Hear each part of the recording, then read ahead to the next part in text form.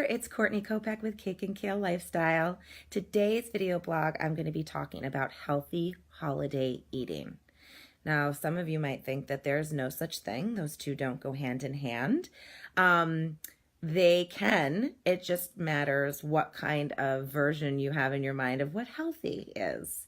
I really find that this is an important topic to talk about because so much during this time of year, diet culture is like pressing upon us that, pig out now and then New Year's is going to come and get ready to lose all that weight. And you can't help but feel like just you've been overeating and over drinking for maybe a couple of weeks now. There's all these baked goods around you. There's just so much food and you get a little sick of it, but like you want to keep indulging in it because Christmas or whatever your holiday is, Hanukkah, just like it only comes once a year. So you want to enjoy yourself. But it's hard not to have those thoughts in the back of your mind of, oh my gosh, okay, so once the new year hits, I have to start fresh. I have to start over. And I just don't think that that is a healthy holiday mentality to have. I think what is a better approach is going at it from the point of view of not starting fresh, not starting over, but simply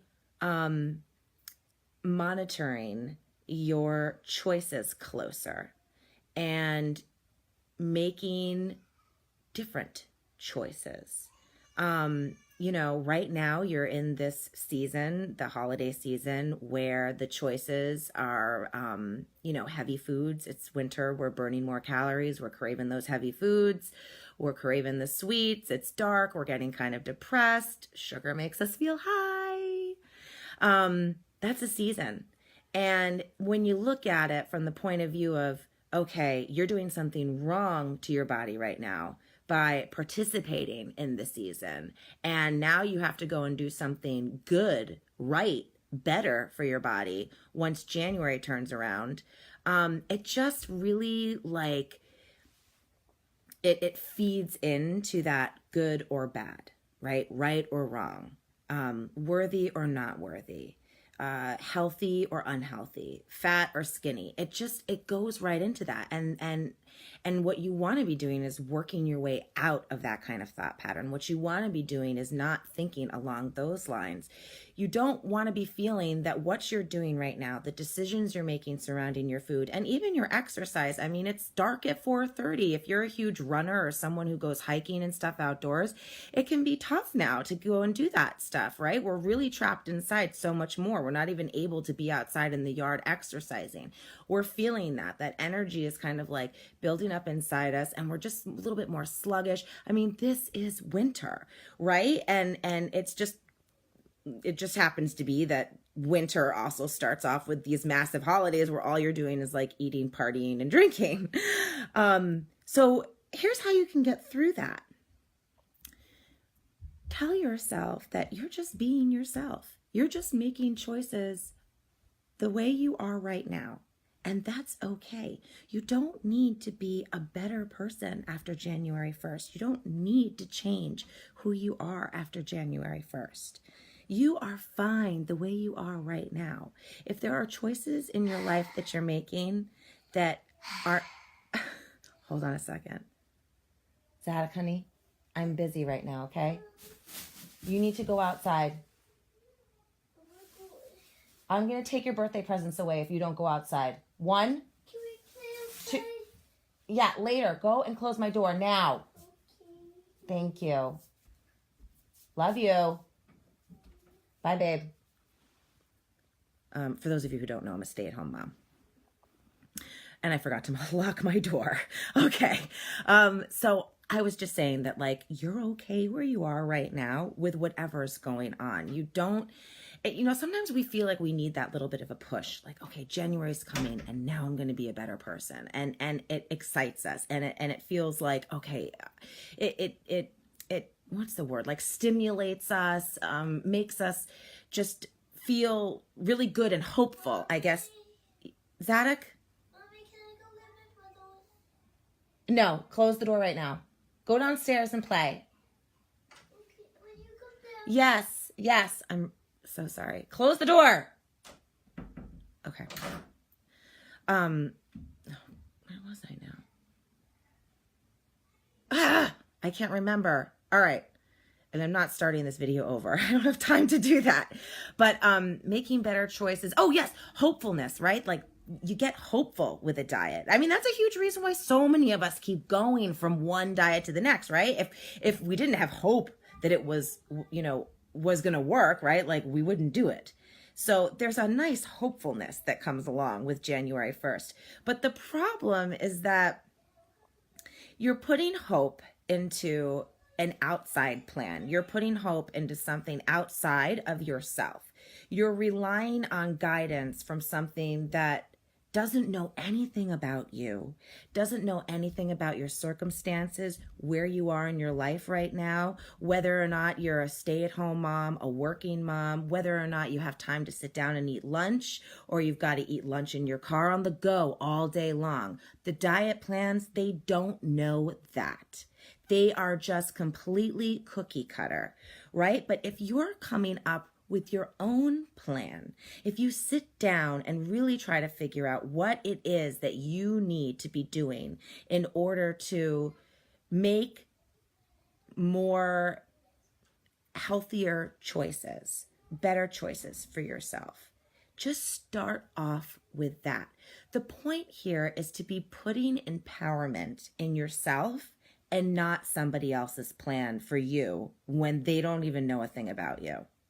And I'm not trying to push my health coaching in any sort of way. I'm just saying that like this is a big difference between going with a health coach and just using like an everyday diet plan, is that you're working with somebody who does know all those things about you, does know what you're willing to share. It does make a difference. But that aside, I do want to just keep talking here about making the healthy choices over the holidays. So,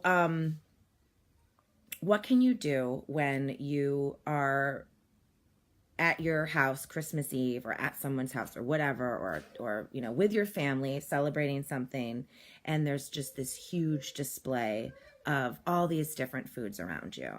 For me, I'm just going to use my own experience here. When I was suffering from bulimia, I dreaded the holidays. I mean, I dreaded them, because if I was in the middle of having a spurt of being really good, whatever amount of time that was, I don't think I ever really went much more than like, a couple months without experiencing my, eating disorder. But I knew that if it was Thanksgiving, if it was Christmas, or even if it was my birthday and I was getting birthday cake, forget about it. I was not going to be able to handle that. I was going to binge, and then I was going to purge. I just knew that. I planned on it, and not everyone has bulimia. I mean, I'm just sharing my own personal experience here.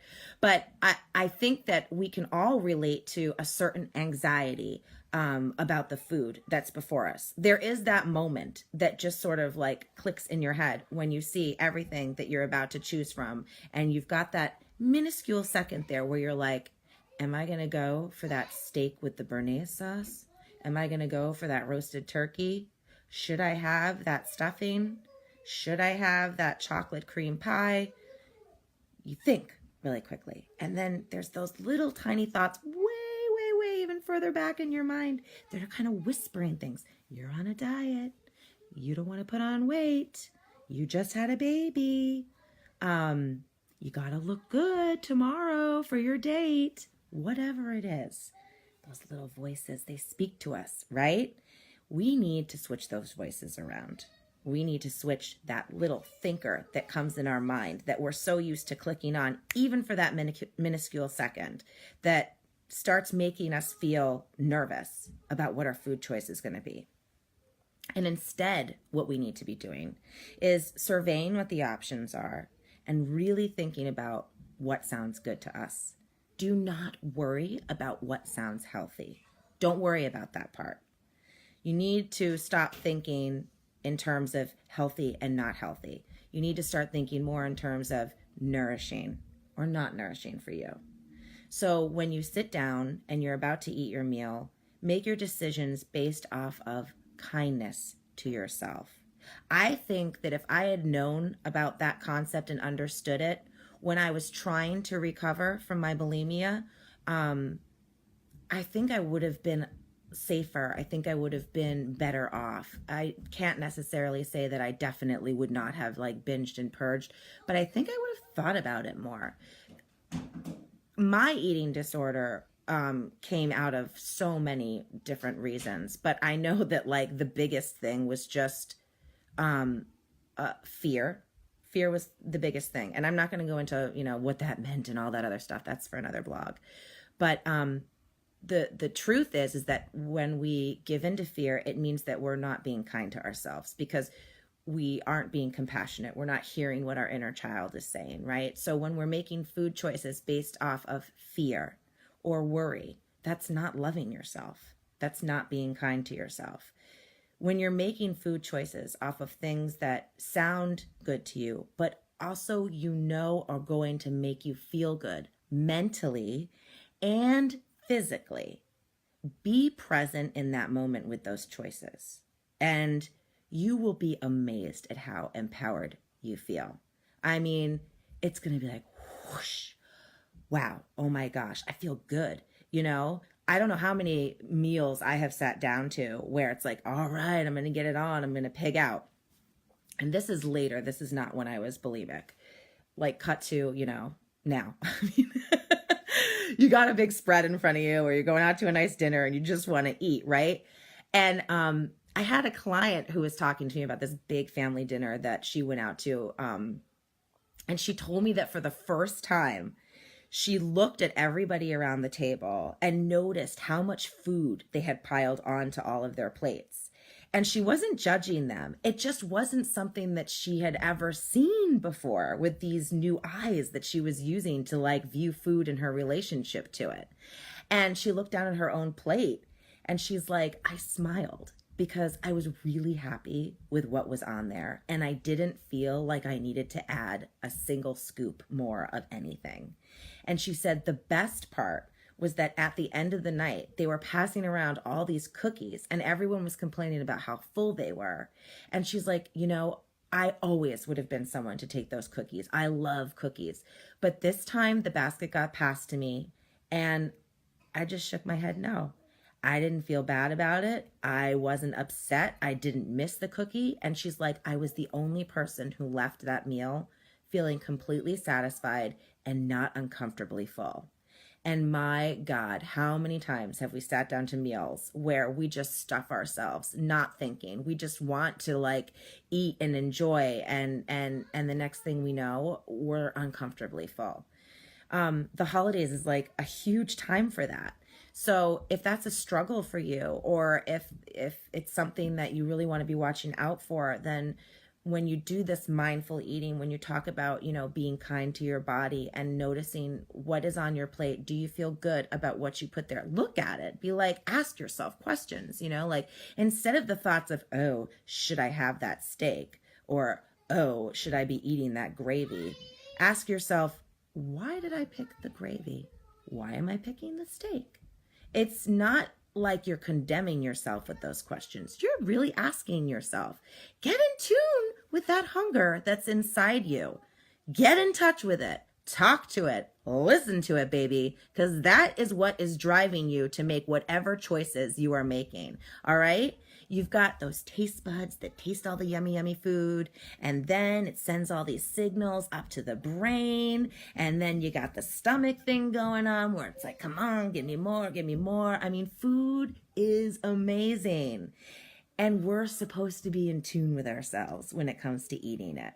So this is healthy holiday eating. It's not about skipping over something. It's not about, passing judgment on your choices. That isn't it. It's not pick the salad with the cranberries and the goat cheese, over the giant mashed potatoes. That's not the healthy eating. The healthy eating starts up here and starts in here. Okay? That's where it begins. Eat foods that make you feel nourished and nurtured. Feel as though you're getting in nutrients, but you're also experiencing joy. Take your time with the foods. Don't pass any judgment on yourself. Whatever choices you make this holiday, around your food, around your drinking, whatever it may be, know that you are okay right where you are. You don't need to become a whole new person January 1st. Okay? I hope everyone has a fantastic holiday, and I will see everyone next week after Christmas. So thank you very much for tuning in. If you have any questions at all or are interested in joining my Facebook group, you can reach me. Facebook group is, facebook.com/Cake and Kale Life. We would love to have you join. I've got over 600 members of just amazing people. You can always email me, Courtney@cakeandkalelifestyle.com.